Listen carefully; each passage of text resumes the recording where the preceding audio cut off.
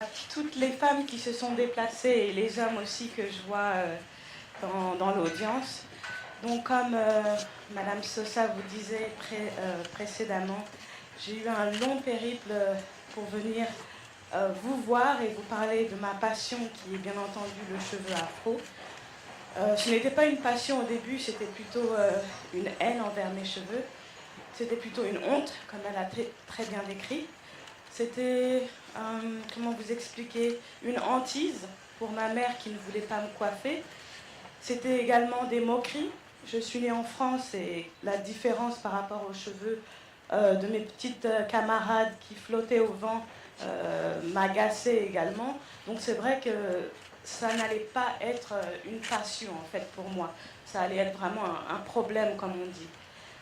Par rapport à ça, j'ai commencé à tresser mes sœurs quand j'étais un peu plus jeune, ensuite mes amis, ensuite j'ai eu des clientes, donc c'est comme ça que je suis un peu tombée dans le monde de la coiffure. Et ensuite j'ai commencé à mettre des tissages, à faire beaucoup de tresses, à défriser, à colorer. Et en faisant tous ces gestes en fait que je ne savais pas qui étaient néfastes pour mes cheveux, j'ai rencontré donc les problèmes des cheveux secs, cassants, la perte au niveau des tempes, d'autres problèmes, des fourches, des cheveux qui ne poussaient pas. Et je me suis demandé s'il n'y avait pas un problème en fait avec mes cheveux. Et c'est là que j'ai commencé à faire des recherches. Et c'est à ce moment-là également que je suis partie aux États-Unis étudier. Donc je n'étudiais pas du tout le cheveu, j'étudiais le marketing et le commerce international.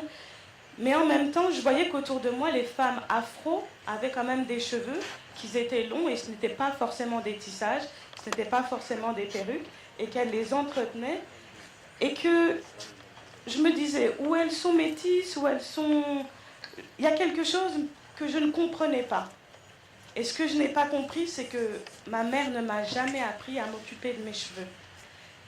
Je ne dis pas que c'est un problème, mais il y a eu un problème de passation d'une certaine connaissance au niveau de mes cheveux parce qu'elle n'avait pas eu cette connaissance. Aujourd'hui, j'ai fait ce long voyage des États-Unis, comme Madame Sosa disait. J'ai perdu mon billet parce que j'ai pas pu arriver à temps à l'aéroport et j'avais pas de visa. Je tenais quand même à venir. J'ai accouché il y a peut-être 6 jours. Je suis un petit peu. Ma tête est partout. Mais je tenais à venir parce que j'ai un message à passer. Le cheveu afro, ce n'est pas un problème. C'est juste un manque d'éducation ou un manque d'information.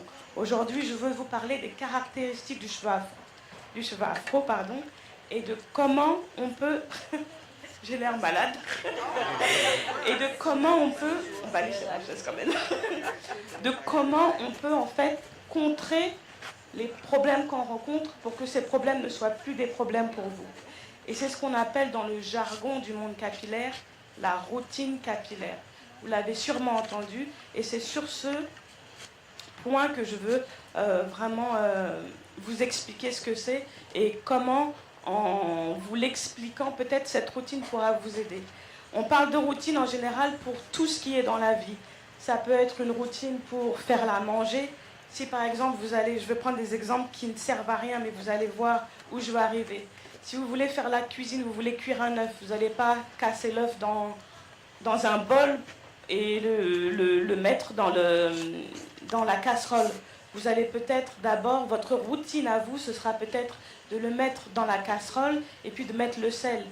Et ensuite le poivre et ensuite tourner. Peut-être une autre personne, sa routine, ce sera de mettre du beurre avant dans sa poêle et puis de mélanger les oignons avec son œuf et puis ensuite de le mettre dans la casserole. C'est une suite d'étapes en fait qui va vous amener à un résultat. Donc si vous ne faites pas les mêmes étapes, vous n'aurez pas les mêmes résultats. Une routine capillaire, c'est une liste d'étapes qui va vous donner un résultat. Pour en revenir aux cheveux, si je cherche des cheveux qui sont plus longs ou moins cassants ou moins secs, il va falloir que moi-même, je fasse quelque chose pour arriver à ce résultat. Je ne vais pas me réveiller le matin et me dire « Oh, j'aimerais bien avoir ceci » et puis ça va apparaître devant vous. Non, il va falloir que vous fassiez quelque chose. Je vais vous expliquer rapidement les spécificités du cheveu afro et vous allez comprendre la routine que j'essayais donc de vous expliquer. Alors déjà, les mythes sur le cheveu afro, on dit que le cheveu afro ne pousse pas. C'est ce que je pensais aussi quand j'étais petite. J'avais les cheveux très courts comme toutes mes camarades. Et je me disais que en fait, c'était pareil pour tout le monde. Toutes mes copines africaines ont les cheveux courts. Pourquoi serais-je une exception? Donc, il y avait un mythe autour du cheveu afro qui ne poussait pas. Et je ne me posais pas de questions parce que je pensais que c'était normal. Que j'étais née avec un cheveu qui ne pousserait pas. Et que j'étais aussi née avec un cheveu qui était sec.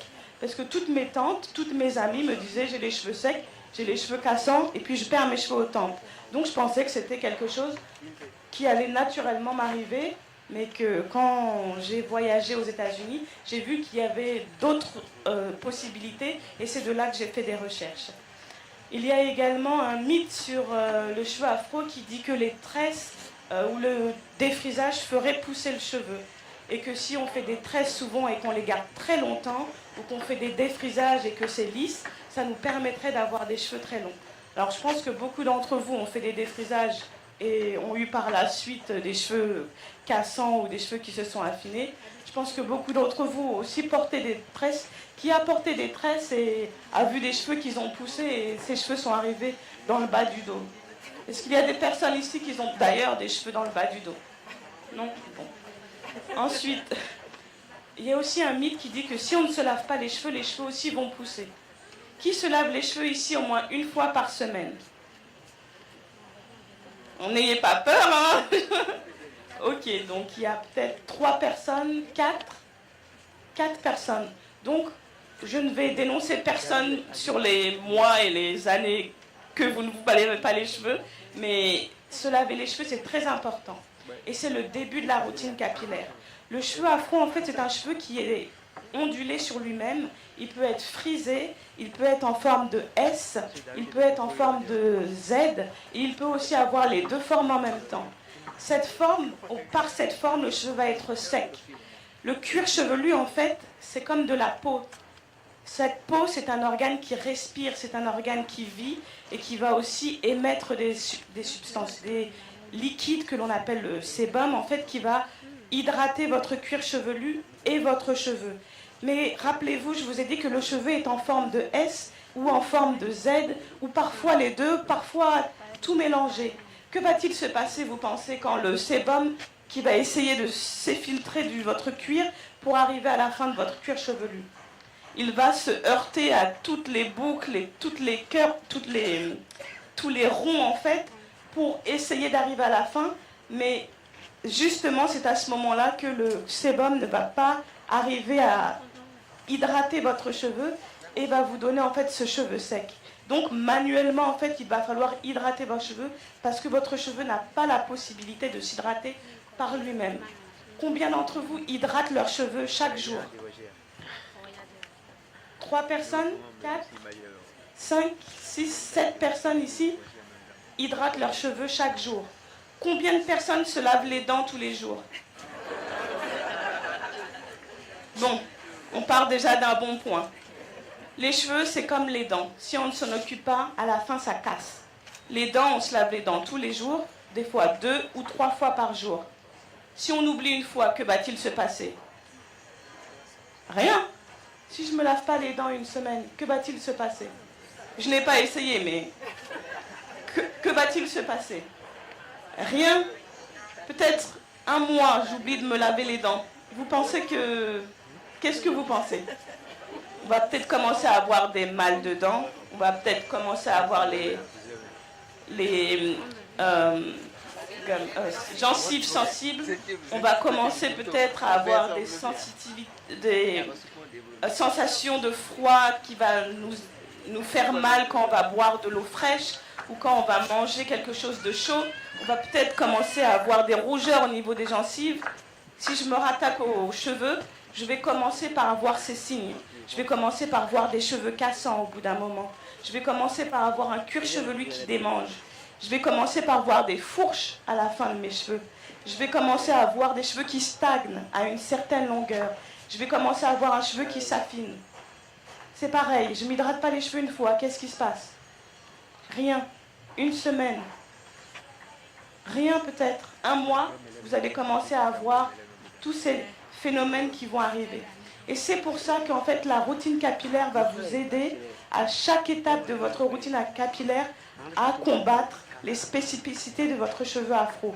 Les spécificités vont être un cheveu qui est sec, un cuir chevelu qui démange, un cheveu qui casse, et également par la forme ou par l'éducation qu'on a à faire des tresses et à ne pas laver, ça va être aussi un cheveu qui est atrophié, qui se réduit, et des problèmes d'alopécie. Les alopécies, ce sont des pertes de cheveux qui peuvent être diverses. Je peux avoir des pertes de cheveux dues à un mauvais défrisage, comme on l'a entendu précédemment. Si le coiffeur ne sait pas, le temps de pause, n'a pas regardé vos cheveux, ne vous a pas posé la question, depuis combien de temps faites-vous des tresses? Ou quand avez-vous enlevé vos tresses? Avez-vous gratté vos cheveux la veille? Quand est-ce que vous avez lavé vos cheveux la dernière fois? Si votre coiffeur ne vous demande pas ce genre de questions, il n'est peut-être pas en mesure de faire votre défrisage, car il n'aura pas tous les outils qui permettra de décider si votre cheveu est apte à recevoir un défrisage. Un défrisage, une couleur ou les autres produits chimiques que l'on apporte à nos cheveux peuvent vraiment détruire le cheveu. Et si votre coiffure n'a pas eu la connaissance ou la formation, il peut détruire ce cheveu. Aujourd'hui, je vais rester dans le basique pour vous en tant que routine capillaire à la maison, mais je voulais juste vous ouvrir l'esprit sur toutes les autres choses qu'il y a en fait à penser dans une routine capillaire.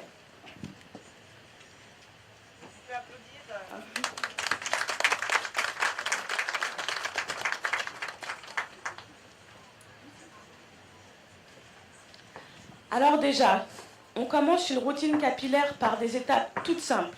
C'est comme se laver les dents, je vais encore y revenir. On prend déjà sa brosse à dents, je ne veux pas prendre un gant. On prend un dentifrice, je ne vais pas prendre de l'huile pour me laver les dents. Ensuite, je vais commencer à brosser dans un sens bien précis pour enlever donc tout ce qui est débris dans la bouche. Je vais faire le bain de bouche à la fin et je vais peut-être finir par le fil dentaire. C'est pareil, la routine capillaire, on ne commence pas par mettre la crème, ensuite j'enchaîne avec un shampoing et je vais terminer avec une hydratation avec, je ne sais pas moi, une crème hydratante avec des huiles minérales qui va étouffer le cheveu. La routine capillaire, ça a des étapes, c'est comme se laver les dents. On commence par un shampoing. Le shampoing, en fait, c'est juste pour laver le cuir chevelu. Le cuir chevelu, comme je vous disais, c'est un organe qui respire. Il est donc très important pour vous de laver cette surface qui est vraiment de la peau. Vous vous lavez tous les jours, on devrait pouvoir se laver les cheveux un peu plus souvent que 1 mois ou 2 mois, en fait, chaque 2 mois. Certaines personnes peuvent commencer leur routine capillaire en faisant un pré-pou, comme on dit en anglais, c'est-à-dire une préparation au shampoing. Si votre shampoing est trop agressif, pour les personnes qui lisent leurs ingrédients, donc contiennent des sulfates, ce sont des détergents qui sont agressifs, elles vont faire un bain d'huile. Un bain d'huile va ramollir le cheveu et également donc déposer une fine coule d'huile qui va protéger le cheveu aux actions néfastes du shampoing. Donc on commence par le shampoing pour nettoyer.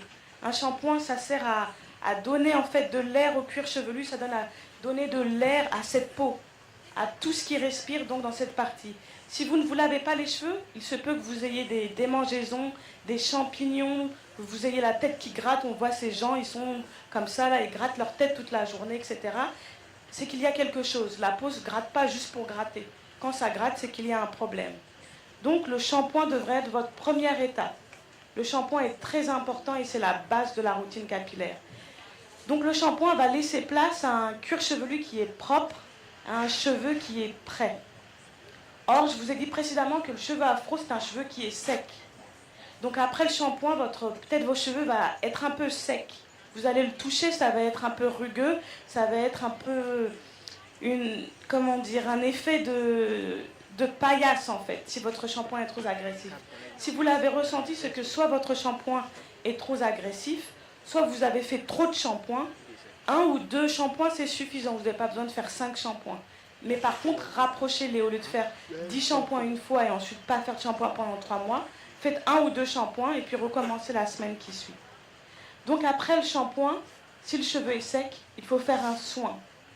Un soin qui dure 1 minute, ce n'est pas vraiment un soin. Surtout si on sait que le prochain shampoing sera dans 1 semaine ou dans 1 mois. On pose un soin.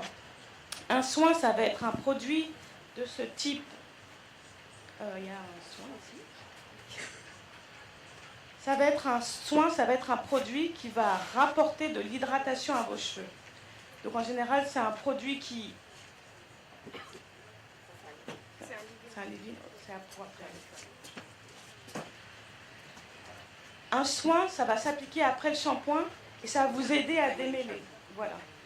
Oh, oui. Ça va être quelque chose dans ce format-là, en format crème, ou alors dans un pot, voilà. Ou alors dans un pot comme ça, un peu plus épais. Celui qui est crème va être un peu moins puissant que celui qui est en crème, qui va être en général un peu plus concentré. Et qu'on laisse en général un peu plus longtemps et qui a plus d'effet s'il y a une chaleur qui est appliquée. Vous pouvez mettre par exemple une charlotte en plastique ou une charlotte, un bonnet auto-chauffant, un bonnet, un sac plastique, quelque chose qui va faire que vous allez produire de la chaleur et ce qui va faire que les écailles de votre cheveu va s'ouvrir et faire pénétrer le cheveu faire pénétrer le soin à l'intérieur du cheveu. Donc c'est une étape que vous ne pouvez pas rater. Quand j'étais enfant, on me lavait les cheveux avec du savon de Marseille et puis ensuite on mettait le beurre de karité et puis on retressait pendant 3 mois. Donc chaque mois en fait, ou chaque 3 mois, il n'y avait pas du tout de soin, donc j'ai vraiment connu cette étape. Et cette étape est très bénéfique pour votre cheveu car il va rapporter l'hydratation à ce cheveu qui est sec. Un cheveu qui est cassant, c'est un cheveu qui est sec. C'est un cheveu qui a besoin de soins. Donc après le shampoing, on suit avec un soin. Ah. Je vais vous offrir un mois de cure Air Evolution. C'est une vitamine pour les cheveux dont je vais vous parler. Je vais voir si vous suivez. Parce que moi, je suis venue là. Comme on dit chez moi, c'est la mission pour venir vous voir. Si vous ne retenez pas, je ne vais pas être contente. Donc après le shampoing, on suit par le soin. Quand on rince le soin, cela va dépendre de qu'est-ce que vous allez faire après avec votre cheveu. Certaines personnes vont faire des tresses, certaines personnes vont poser un tissage. Certaines personnes vont faire des tresses avec des extensions. Certaines personnes vont faire des tresses avec leurs propres cheveux. D'autres personnes, peut-être, vont après faire une couleur. D'autres personnes, chaque personne va avoir une envie différente. Certaines personnes vont se lisser les cheveux. Il faut préparer le cheveu pour cette prochaine action. Donc, après le soin, je vais enchaîner avec un soin sans rinçage. Donc là, ici, on a vu tout à l'heure le soin sans rinçage. Donc par exemple, celui-ci s'appelle Infusion 365. C'est un très bon produit car il peut s'appliquer avec un spray. Quand on a le cheveu afro qui est très épais, le spray pénètre plus facilement dans le cheveu. Donc c'est ce que vous recherchez. Un soin sans rinçage qui s'applique avec un spray. Donc vous allez mettre ce produit et vous allez pouvoir démêler. Parce que le démêlage est également un problème, entre guillemets, pour le cheveu afro. Donc un produit qui peut vous aider à démêler va également retirer ce problème. Donc après le soin que j'ai rincé, je mets un soin mais qui ne se rince pas cette fois et qui va m'aider à démêler. C'est très important. Parce que souvent quand on dit j'arrive pas à gérer mes cheveux afro, j'arrive pas à les démêler, les cheveux s'arrachent quand je peigne, etc. C'est parce que vous n'utilisez pas de soin sans rinçage pour démêler et vous essayez de démêler à sec. C'est impossible de démêler un cheveu afro à sec. Il faut le faire par section. Vous divisez vos cheveux en sections et vous appliquez un produit qui est censé vous aider à démêler, qui peut être un spray en liquide qui va vous aider. Ça, ce sont des astuces qui vont vous aider à éliminer chaque problème dans votre journée quand vous êtes en train de prendre soin de vos cheveux afro. Donc après le soin sans rinçage, pour faire que le cheveu afro reste hydraté, on va juste appliquer une crème qui soit hydratante et qui va en fait garder l'hydratation de ce cheveu. Alors, je ne sais pas si vous avez une crème hydratante que je peux également... Donc, la crème hydratante, ça va refermer les écailles après votre shampoing et votre soin sans rinçage. Vous allez appliquer manuellement. Donc, manuellement, vous refermez toutes les écailles et vous allez faire que votre cheveu reste hydraté un peu plus longtemps. Si votre cheveu ne reste pas hydraté, merci. Alors là, vous avez 2 choix ici. Alors, celui-là, j'aime bien parce que je l'ai utilisé et j'adore l'odeur. Il est composé d'eau en premier. C'est ce que vous recherchez dans une crème hydratante. C'est une crème qui comporte de l'eau. Car l'eau représente l'hydratation dans votre cheveu. Si vous prenez une crème et ça commence par l'huile ou quelque chose d'autre, ça ne va pas être vraiment une crème hydratante. Donc regardez toujours la liste des ingrédients. Donc celui-ci commence par de l'eau et ensuite des beurres et des huiles. Donc ça va être une très bonne crème pour vous hydrater les cheveux et c'est ce que vous recherchez. Alors ensuite, quand vous mettez votre crème, vous pouvez faire la coiffure que vous souhaitez. Vous pouvez faire vos tresses, vous pouvez appliquer votre tissage, vous pouvez appliquer vos extensions. Quand on a parlé d'extensions, il faut penser à laver ces extensions avant de les mettre sur votre tête. Vous ne savez même pas où les mèches sont arrivées. Les mèches sont synthétiques, elles ont des produits chimiques dessus. Certaines fois, vous posez les mèches et puis au bout de 2 jours, ça gratte, ça gratte, ça gratte. Vous avez des boutons, il y a des boutons blancs qui sortent. C'est parce que parfois les mèches ne sont pas naturelles et ça peut faire que ça irrite votre cuir chevelu. Donc toujours laver les mèches avant de les installer. C'est très important. Et ici, vous avez également aujourd'hui des mèches de très bonne qualité que je vous invite à considérer pour votre prochaine application. Et regardez toujours comment la mèche est faite et demandez si la mèche a été lavée ou lavez-la vous-même parce que ça tient de votre responsabilité de prendre soin de vos cheveux. Vous pouvez vous reposer sur le dos de la coiffeuse, mais si la coiffeuse vous a emmené où vous êtes aujourd'hui, peut-être que vous pouvez prendre ce jour la décision de regarder les produits et d'appliquer d'autres mouvements ou d'autres produits, d'autres outils pour démêler vos cheveux qui ne vous ont pas intéressé avant et qu'aujourd'hui vous allez regarder différemment en vous disant « Ah, c'est vrai que ça fait 10 ans que j'utilise ce produit, j'ai eu aucun résultat, est-ce que je peux considérer d'autres produits aujourd'hui ou d'autres techniques ?» Alors ensuite, quand on passe à l'étude des ingrédients, je vous invite à regarder que votre shampoing n'est pas de sulfate en fait.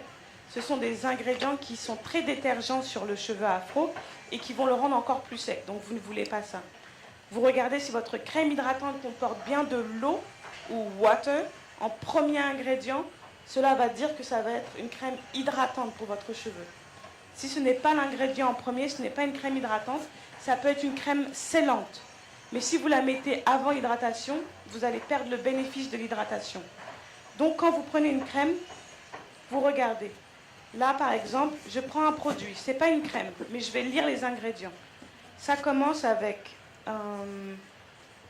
pétrolatum et sunflower seed oil. Ce que je vais en déduire de ce produit, c'est qu'il y a des huiles minérales. Ça peut être un produit que je vais enlever de ma routine capillaire parce qu'il y a des huiles minérales. Mais si je réfléchis bien, je peux toujours l'utiliser, mais je dois utiliser le produit à base d'eau en premier. Et celui-ci va juste me faire la brillance. Ça va protéger le cheveu avant des tresses, très bien, avant un tissage. Donc vous allez tresser votre cheveu avec des mèches, ça va protéger votre cheveu. Si vous mettez par exemple une perruque, vous pouvez mettre la crème par-dessus pour éviter les frottements du tissage sur votre cheveu, ou alors mettre un petit cap pour protéger des frictions qui vont arracher votre cheveu. Je vais l'utiliser différemment, je ne vais pas l'utiliser en crème hydratante. Donc à vous de lire les ingrédients pour en fait les mettre en place, à la bonne place dans votre routine capillaire. Je termine ma routine capillaire, si j'ai les cheveux très secs, par une huile ou par un beurre. Les huiles et les beurres ne sont pas déshydratants. C'est comme si je me mets de l'huile sur la peau ou du beurre de karité sur la peau. Ma peau va être très brillante, mais elle ne sera pas hydratée en fait. Vous allez voir en fin de journée, vous allez toujours avoir les fissures sur votre peau, mais votre peau va être brillante. Ça va faire pareil pour le cheveu. Vous allez mettre du beurre de karité toute la journée, et en fait, à la fin de la journée, vous n'allez pas en fait avoir cet effet recherché. À la fin de la semaine, vous allez dire, mais pourquoi mes cheveux sont secs? J'ai mis de l'huile de ricin plein toute la journée. J'ai mis du beurre de karité, mes cheveux sont secs. Parce que l'huile ou le beurre, ce ne sont pas des hydratants. Il n'y a pas d'eau. Ce sont des très bons scellants. C'est-à-dire un produit qui va sceller l'hydratation, qui va protéger le cheveu après être hydraté. Si vous mettez le beurre ou l'huile, le cheveu est déjà sec, vous mettez une huile, vous enfermez la sécheresse dans votre cheveu. Si par contre vous mettez le produit à base d'eau, donc que je vous ai montré avant, celui-ci qui a comme eau comme premier ingrédient, comme votre cheveu est sec et il ne retient pas l'hydratation, vous scellez avec les produits de Dani Carapa, qui a des mélanges d'huile et de beurre que vous pouvez voir également ici et sur Facebook. Il y a des produits qui sont mélangés, donc un mélange d'huile et de beurre. Ça va faire que le beurre sera un peu plus léger et que l'huile sera un petit peu plus lourde.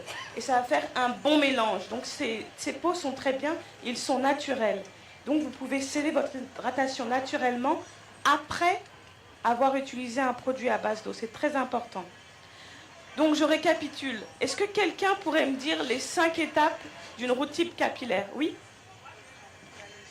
Shampoing en premier, très bien. Le soin, très bien. Soin sans rinçage. Crème hydratante à base d'eau. Oui. L'huile ou le beurre. Parfait. Alors je vous offre également une vitamine pour vos cheveux et je vous en parlerai également après. Donc en fait, cette routine que je vous explique aujourd'hui, qui avait déjà entendu parler de routine capillaire? Ouh. Ah, vous m'avez fait peur. Mais je me suis dit, au moins je ne suis pas venue pour rien. Donc en fait, c'est quelque chose que j'ai appris aux États-Unis. Quand j'ai commencé à étudier et que j'étais en résidence universitaire avec d'autres filles qui faisaient des routines, je me demandais ce qu'elles faisaient parce que je ne connaissais pas du tout ce genre de routine. Je me lavais les dents, bien sûr, hein, je prenais ma douche, mais les cheveux, je ne savais pas qu'il fallait également avoir une routine. Ma mère ne l'a pas appris, je ne la blâme pas aujourd'hui, mais elle-même non plus ne connaissait pas cette routine. Si votre mère ne vous a pas appris, qui va vous apprendre à prendre soin de vos cheveux aujourd'hui? Vous-même. Aujourd'hui, vous êtes venu apprendre plus et c'est de ce pas et par ce fait que vous allez avoir du changement en pratiquant d'autres choses que vous n'avez pas fait avant. Je suis là aujourd'hui, bon, j'ai essayé de faire mes cheveux pour vous, mais il a fait chaud, j'ai voyagé pendant 2 jours, tout est parti. Mais je voulais lisser mes cheveux pour vous montrer également qu'un cheveu afro peut très bien être lissé sans défrisage. Le défrisage, en fait, est tellement fort et appliqué tellement proche de vos cuirs chevelus, il peut avoir, ou il a, je vais vous dire, des effets vraiment négatifs à courte durée en vous brûlant le cheveu car la personne ne sait pas l'appliquer, longue durée en s'infiltrant à l'intérieur de votre corps. Je vous expliquais avant que le cuir chevelu, c'est un organe qui respire, c'est un organe vivant. Il y a des choses qui se passent, il y a des échanges qui se passent. Quand on pose un défrisage, un échange également se passe sur cette surface qui est une protection pour vous, mais qui à ce moment un petit peu, je ne sais pas comment vous dire, cette protection